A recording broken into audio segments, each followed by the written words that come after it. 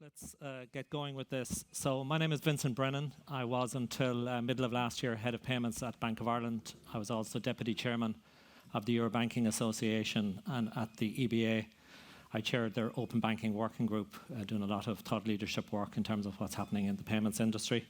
I'm now advising in the industry in terms of what's happening in payments and banking. Our session now is a discussion on the future of great customer experiences, Phygital.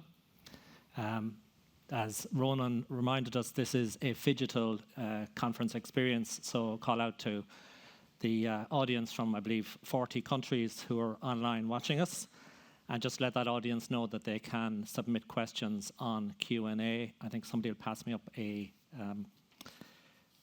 pad in a minute. I can keep an eye on those questions and maybe take some of them through the session, and obviously the audience as well. We give time for you guys to ask a question here.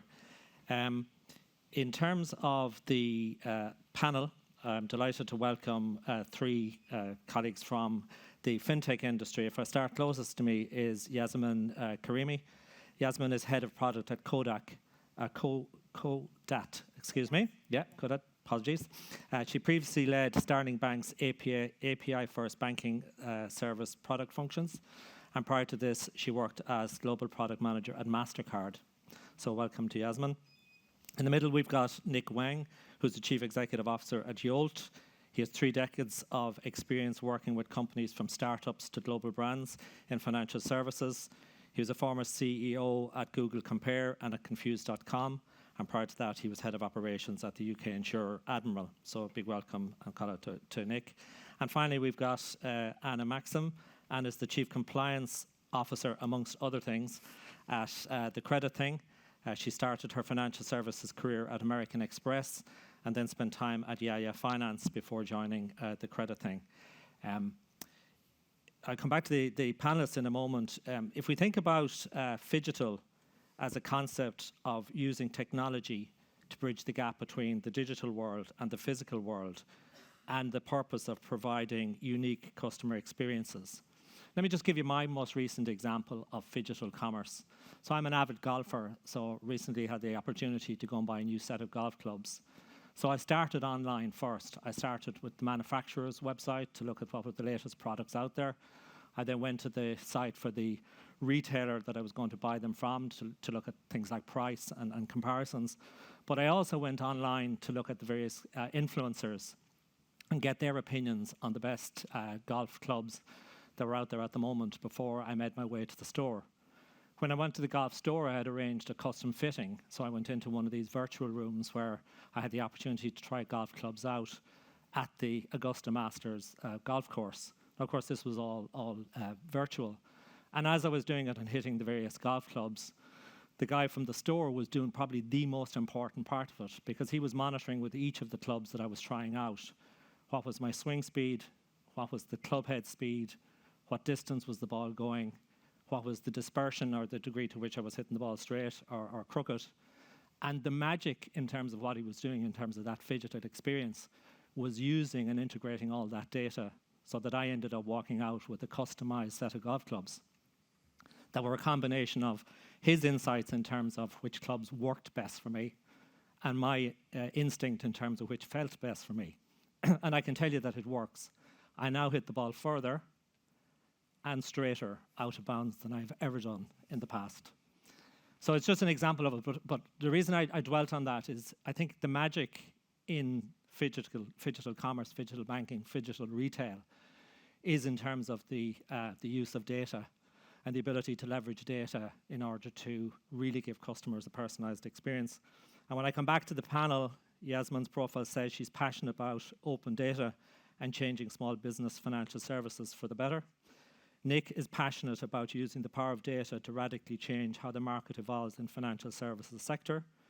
And Anna is part of a team that's focused on lending to the underserved population and exploring how technology and data can be used to make consumer credit market more accessible. So I think for the purposes of this discussion, and particularly considering the digital side of the Phygital world, we've got a fantastic panel here. So I'm going to kick off then in terms of the future of great customer experiences Phygital, and pose the first question to the audience, starting with starting with Yasamin. How can we actually then utilize data to create human-like personalized experiences for customers? Yeah, how do I think about this? So I think about it from a couple of angles. Firstly, with my product hat on, thinking about how you design products and having that really be led by the persona that you're trying to build to. Ultimately, I think that's the most important thing. We see examples in the market where products are brought to market because of competitive standpoints, like open banking, for example. Like, I think the experience was very much considered after the fact, which is part of the reason why adoption, has taken a while. So from the product angle, it's making sure that you're building stuff with the persona in mind, understanding what they want to do, and then I mean, we see examples of that actually even in our personal lives. So how many times do we look at our iPhone and see that our iPhone does something that we didn't even think it could, but in some way it makes our lives easier? And I have a personal experience with my Amazon Echo in my kitchen. I use it to, this is a random example, not really to do with fintech, but I think having that personal element is important. So I use it for recipes. And when Amazon was designing that product, they were thinking about me as a persona, like being too busy to even Google a recipe. And I think really just thinking about like, what are the things that we can do to make our customers' lives easier is using data to build out products in a particular way.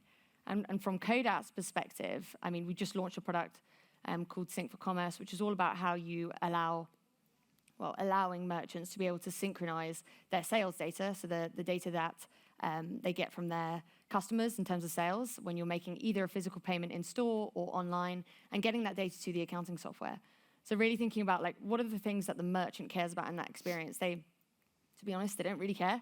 They just want it to work. So from our perspective, we kind of have to think about two personas. That POS system that we're trying to provide the service for, like what are the things they're thinking about, but also the merchant, like they don't actually care. So how can we make this such a seamless experience that they don't have to worry about anything at all?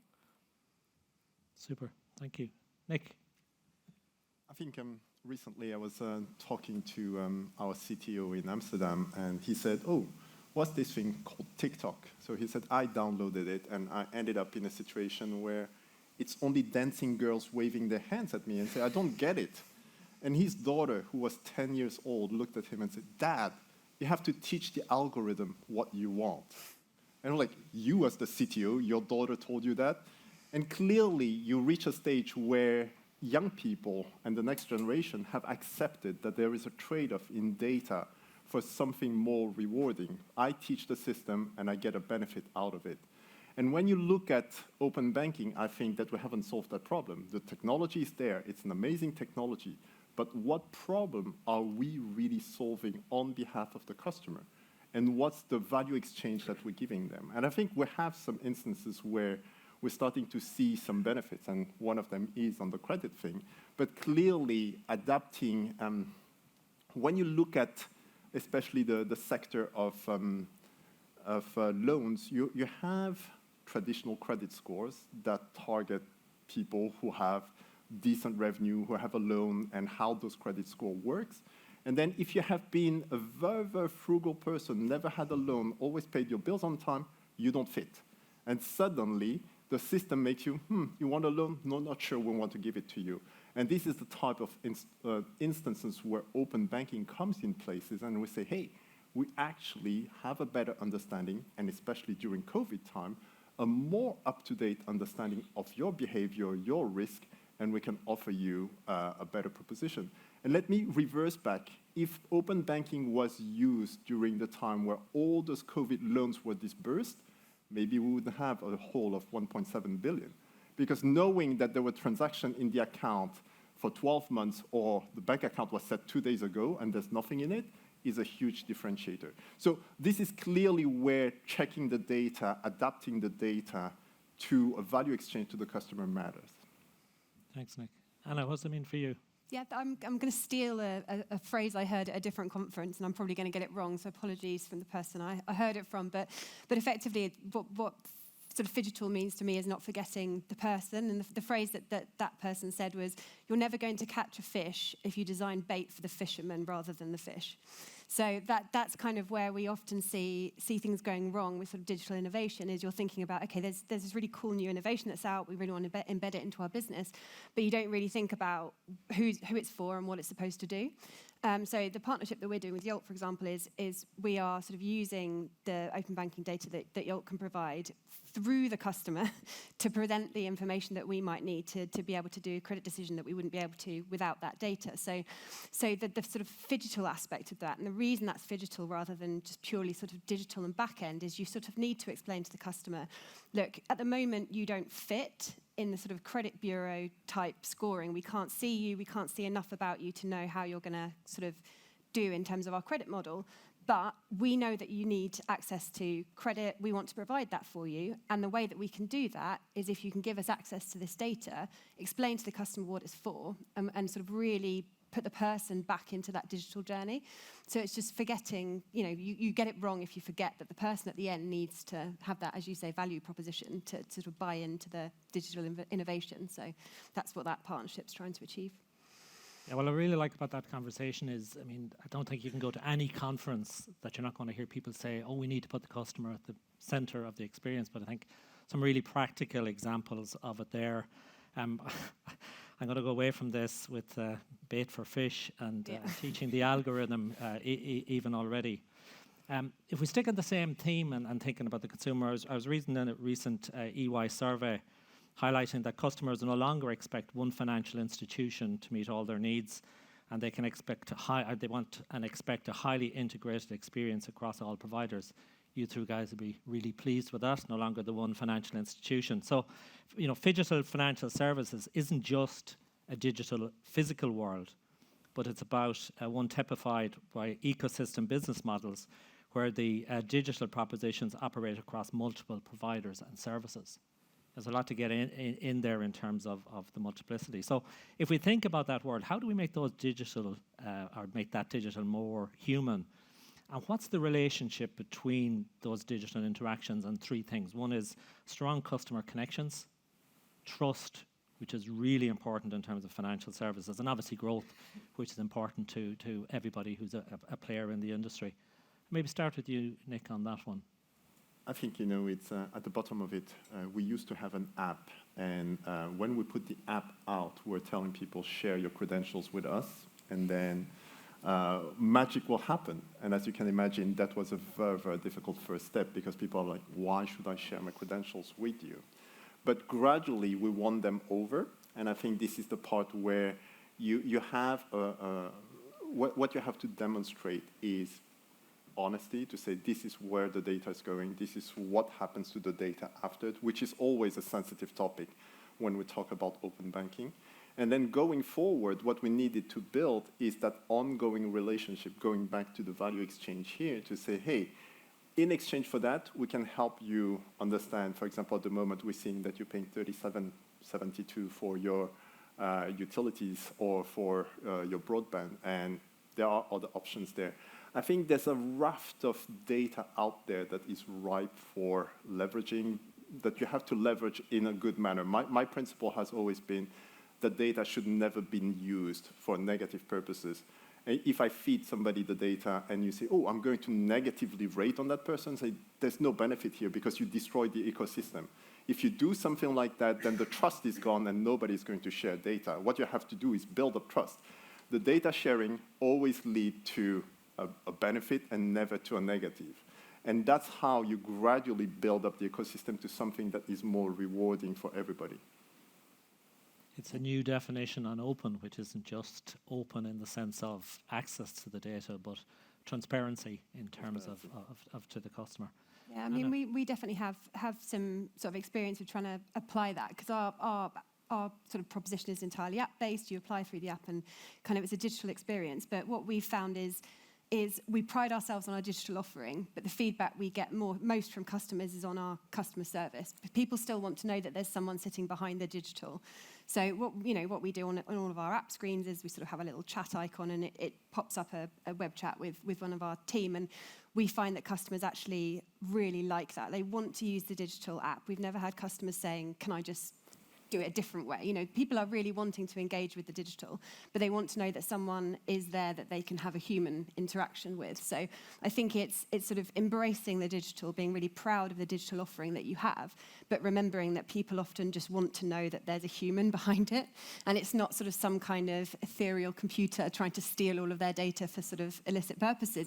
There's genuinely a person sitting behind it that wants to help them and wants to offer them a product, and really kind of being front and center with that really helps to drive sort of our customer engagement, and kind of is why customers come back to using the product regularly, is the person behind the digital. They're not shying away from the digital, they just want to know there's a person there.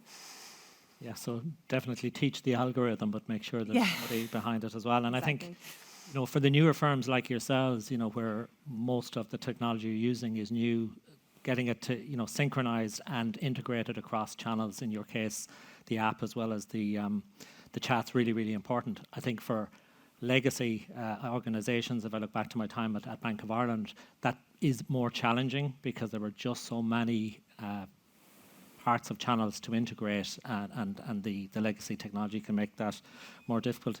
Yasamin, what does it mean for you? Yeah, so in terms of our product functions, like it's very similar. Like, all of us have very similar products in terms of like what we're actually trying to achieve is data exchange. So when it comes to small businesses come in all shapes and sizes. You'll have like a really old school business who maybe does a specific thing and has been doing it for 20 years, who is very, very used to having someone that they speak to at their bank. And that is the one person they go to when they want financing or when they want a particular service. That's quite different from a business who just sells on Shopify, for example. They sell their products online. They don't have a physical store. So we have to think about all of those different profiles and like what trust and transparency and growth means to all of them. I think there are really simple, generic ways of doing it. So when you're designing, when we're thinking about how we design our authorization flow, which is our link product, which is essentially allowing a small business to select the software that they share. Like when you're asking them to do that, be very careful about the way you're asking them to do it. We let our clients completely decide what the tone of voice is. All of the stuff that you see on the screen is customizable. And so that they kind of very used to seeing that direct relation to the bank in the example that I used. But also from the old school business perspective, who are, you know, also trying to secure a digital service in some regard, because they've had to because of COVID, right? They're still speaking to their relationship manager about securing the service, and that relationship manager, instead of asking them to manually share their data, which is really onerous, and like they have to go to different software systems, download data, send it across via unencrypted email. So that's another issue within itself that lots of businesses don't understand. But the relationship manager is still there, kind of walking them through, like, okay, if I want to automatically retrieve your financial statements or your sales information from your e-commerce software, so I'm going to walk you through how you go through the Codat product without explicitly saying Codat, because we're completely white labeled. But I think that relationship manager element is probably a good example about how we see that human interaction, but still digital is at the forefront of sharing data. Yeah. And I think there's three themes come out of that exchange there. One is the one I highlighted earlier, which is that idea of the flip side of open, which is around the transparency side of it. Clearly what Anna said there in terms of the person behind digital. But you bring up a really interesting point there, Yasamin, which is if you think about Phygital across multiple channels, you have to ensure that the tone of voice is consistent on the digital channel in the same way as it would be experienced in store. And actually, I was reading a case study recently where a firm launched a fantastic online service, but it didn't work. It didn't work with the customers, and actually it didn't work internally from a culture point of view because the tone of voice of online was completely at odds with the tone of voice for the company. So really important from that point of view. I'm keen to get the audience going if there are any questions. So great, we've got a question here at the front, mic on its way, and I don't know if Sophie, if there's any online questions. So just give us a moment while the mic comes up from the back. Thank you very much for your question. Right here at the front, thanks. Happy to scream if that's easy. Yeah, I could hear you, but the online audience won't hear you, so just give them a moment if you don't mind. Cheers, thank you. And some really good insights there, actually, folks, so thank you, all of you. And are probably more appropriate for you. So you sort of mentioned quite an interesting example there, I guess, more particularly to your organization on leveraging open banking to be able to better provide credit ratings to users. And you all talked about trust there quite fundamentally. And Nick, you sort of mentioned on if people use data for the wrong reasons, you fundamentally lose trust, right? So have you guys, from a user experience or research perspective, been able to see the impact to the end user when they realize the difference in potential credit ratings leveraging the open banking route compared to the traditional route? Because safe to say, even those who understand credit rating don't really know how the traditional route works, whereas the open banking one, you know, because you know your transactions, right? How have you seen that potentially differing, you know, organizations going down the open banking route compared to the traditional credit rating route? I think for us, it's less about credit rating and it's more sort of getting in the door. So how do you empower somebody to use their own data to get into a situation where they're able to be granted a kind of credit limit? Essentially, that's what they're after. And the way that we do that is we're really quite candid in our customer journey. So, you know, the thing that we're about to launch with Yolt, we are sort of saying to people, okay, you know, we're empowering you with choice. These are the two things that you can do. Number one, you can, you know, let us access this data. This is what we'll do with it. This is how we're using it. That's your choice. If you don't want to do that, we've got some questions for you, and we might ask you to send in some bank statements. And essentially, you're just explaining to the customer the equivalence, because we understand why we're asking for that open banking data, and we know that that's probably the best quality data that we can get. So obviously, we're motivated for the customer to give that consent as well. But it's being really sort of frank and putting yourself in the shoes of the customer, saying, you know, we're not just providing you this one option, which you don't quite understand. We're saying this is the alternative to that. And when the customer doesn't want to do that, but they understand what the outcome is, they will choose to go down that flow. So it's being, as we've said lots of times, open and transparent about why we're doing it and ultimately what the alternative is. So for us, that has generally been quite successful in engaging customers with sort of engaging with open banking. Yeah, we have a partnership in the Netherlands with a company called Graden. So Graden does credit scoring. And how we're utilizing the open banking service is when people are at the risk of being rejected for a lease or anything, then we say, hey, we don't have enough data on you. Would you be willing to share? And this is where you see that the uplift is there. There's a real value exchange. They wanted something, they might not get it, and they're willing to share the data. So this is where you see the value of open banking, because you have, by using open banking, either a high acceptance rate for the same level of risk, or you can diminish the level of risk if you keep the same acceptance level. So it's a win-win situation for everybody. Yeah, and I think it brings up a really important point, which is there's an awful lot of focus in the data conversation around the analytics.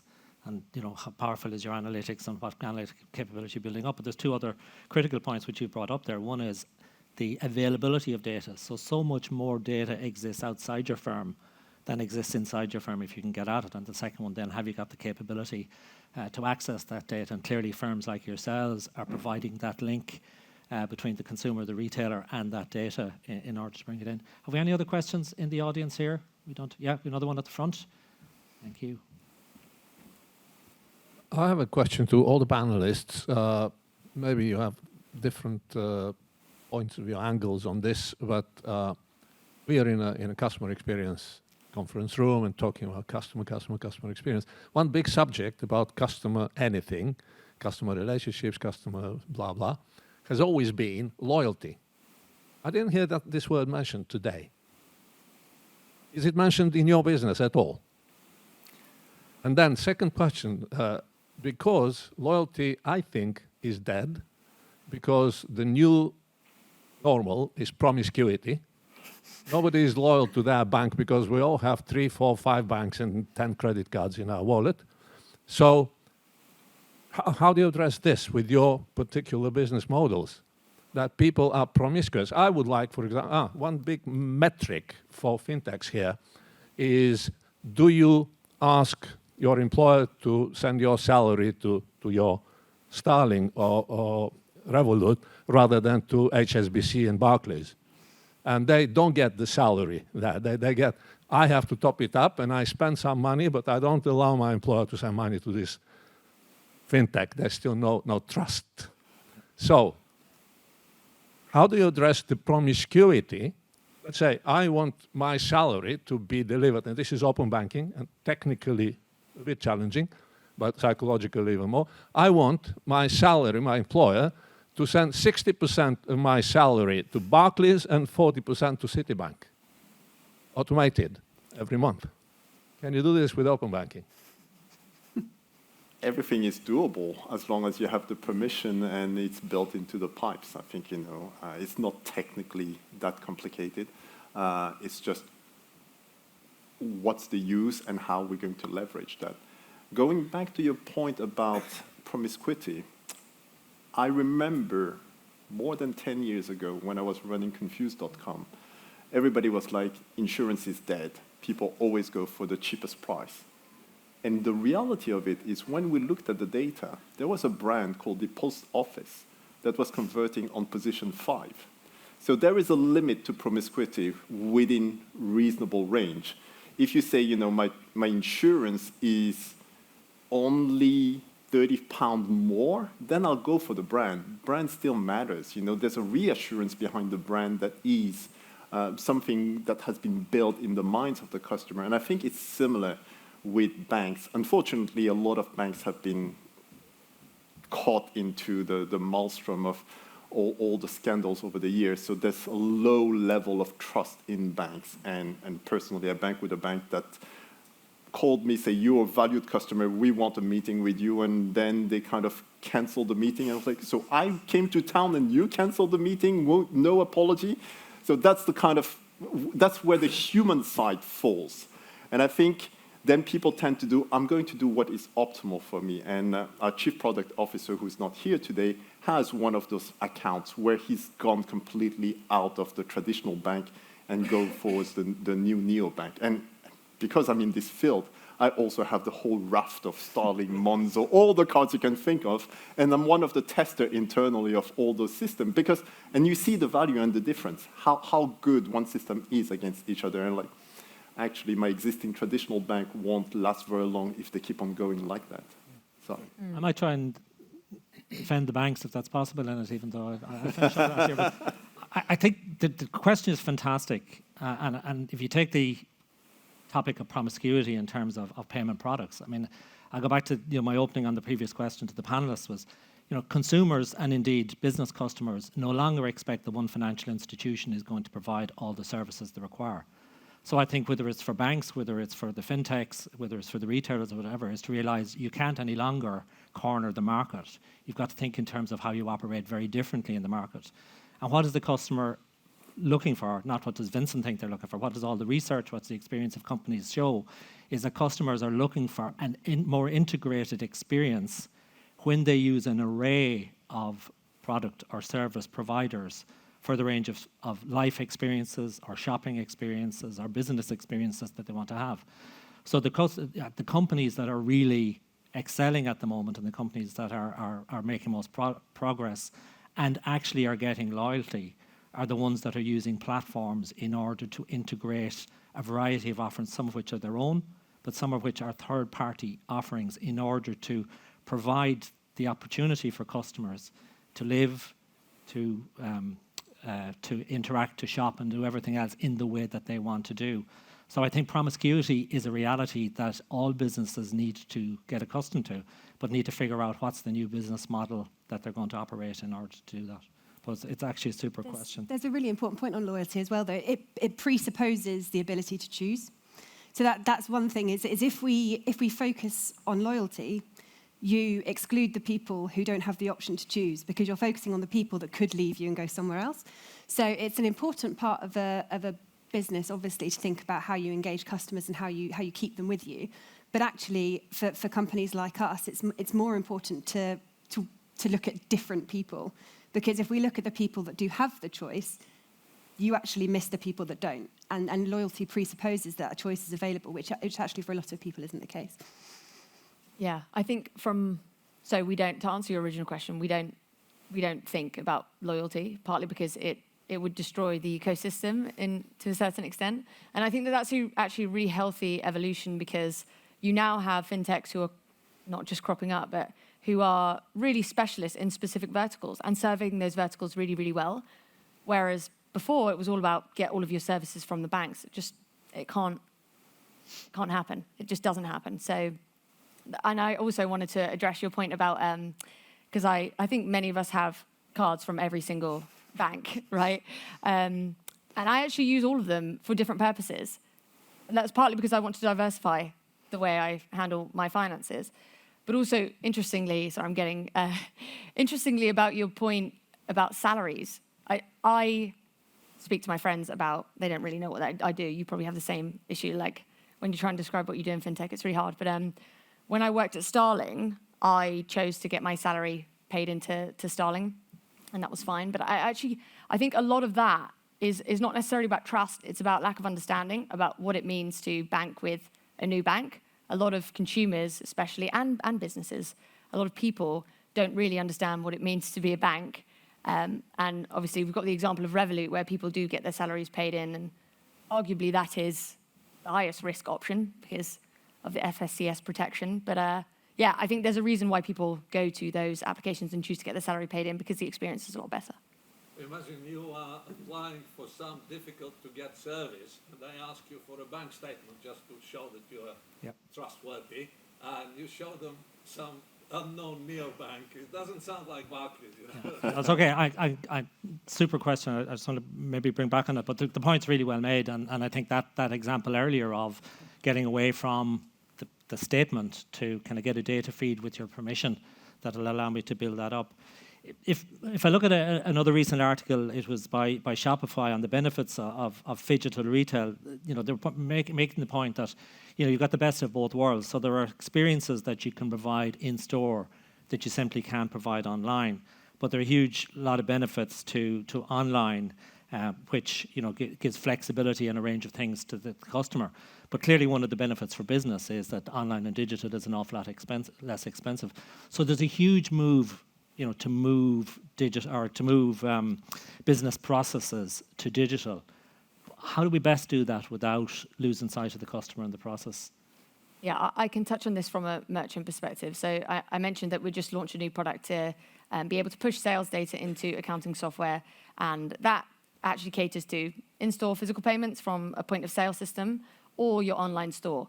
Now, I think that we can exist in a world where both is okay, because you still have different, like I said, merchants come from all walks of life, consumers come from all walks of life. You might buy a particular thing that you feel more comfortable going to speak to the business about when you go into their store, or you may just want to do everything online. I think coming back to kind of how I answered the first question when we kicked off the panel, it's really just making sure you can cater to every persona type, and maybe you choose to optimize for one, and that will become abundant in the experience. Yeah, and it's interesting. I think one of the speakers from MasterCard said earlier, didn't quite say it in this way, but in a sense that the mass market isn't a market any longer, that you need to be thinking more in terms of niches, and actually within the niches you need to be thinking of personas. Nick, how do we protect the customer relationship while we're pushing, if it is a case of pushing process online? I think it depends on how integrated the merchant or the seller is on the process, because there's so much invaluable data coming through the open banking pipes. Understanding my feed will tell you exactly what I spend, where I'm spending it. And one of the things I discovered a few years ago when I started was I didn't realize I had a $7.49 subscription to Amazon. And you're like, oh, what's this thing? And then you start looking, and you had all sorts of recurring payments that you were not aware of. And suddenly you're like, I've been taken for this one.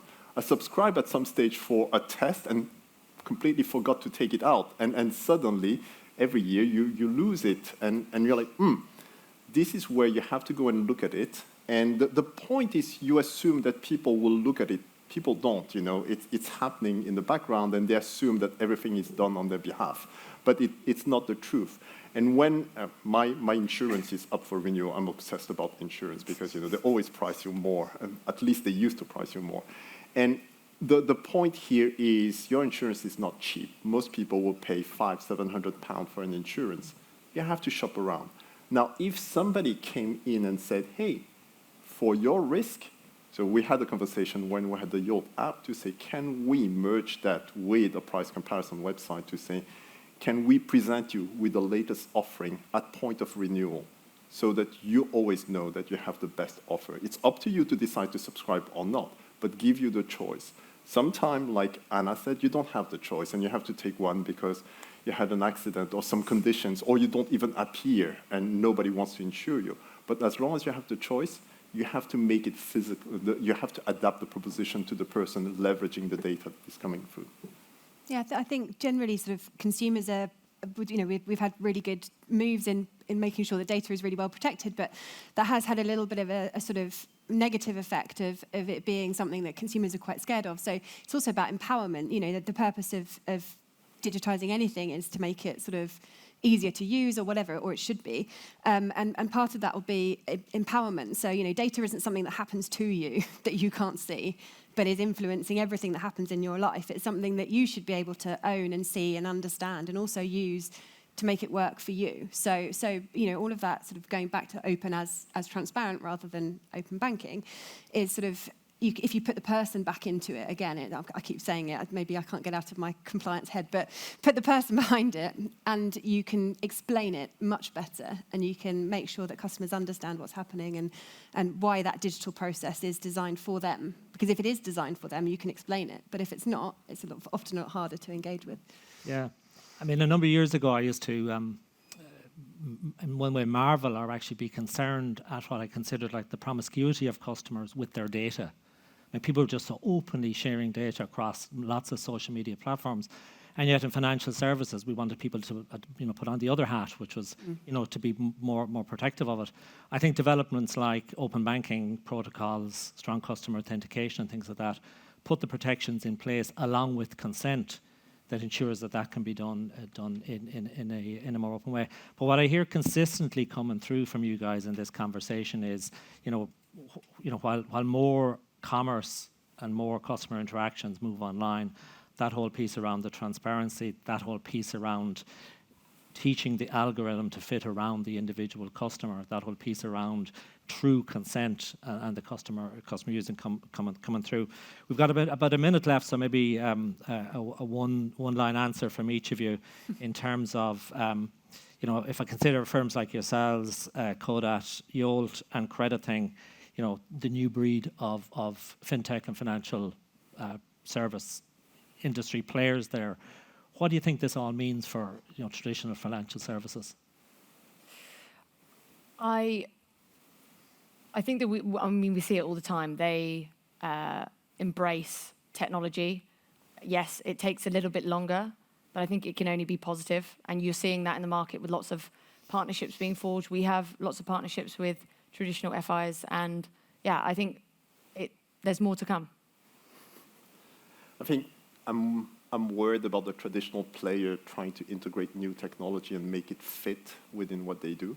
I'm more in favor of people who say, we're going to reinvent the bloody business from scratch and design something that is so much superior to any flow that you have that your system becomes obsolete. And that's why I think that there's a lot of future in the fintech innovation side. They might end up being bought by the big banks, but... Yeah, I think for us, from what I've seen in the industry generally, rather than speaking for the company, but I think, bigger institutions need to embrace change for a reason. So it's not this new technology is coming out. We really should try and find something to do with it. It's this new technology is coming out. We've had this problem for ages that we've really been trying to find a way to solve, and it seems like this technology is going to help us solve this problem. And I think that way it'll become an organic development that the institutions can make rather than just embracing it because everybody else is.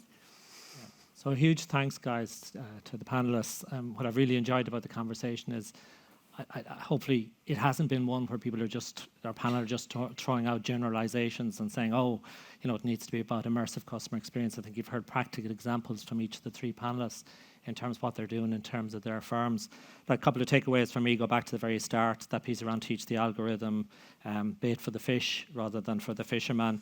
But I think there's two words that I'm stuck with as I go out of here, promiscuity and obsolescence. And we need to figure out how, as players in the financial services industry, we can live with those two realities, which is the customer, be they retail, consumer or businesses, are going to be more promiscuous in terms of the products and services they use. But as Nick just said as well, you need to major on obsolescence because the old way of doing it is gone. Huge thanks to the panelists. Thanks for your time. I think we're going to lunch, are we? Yes, lunch now, and see you at one of the other sessions later on. Thanks very much, guys.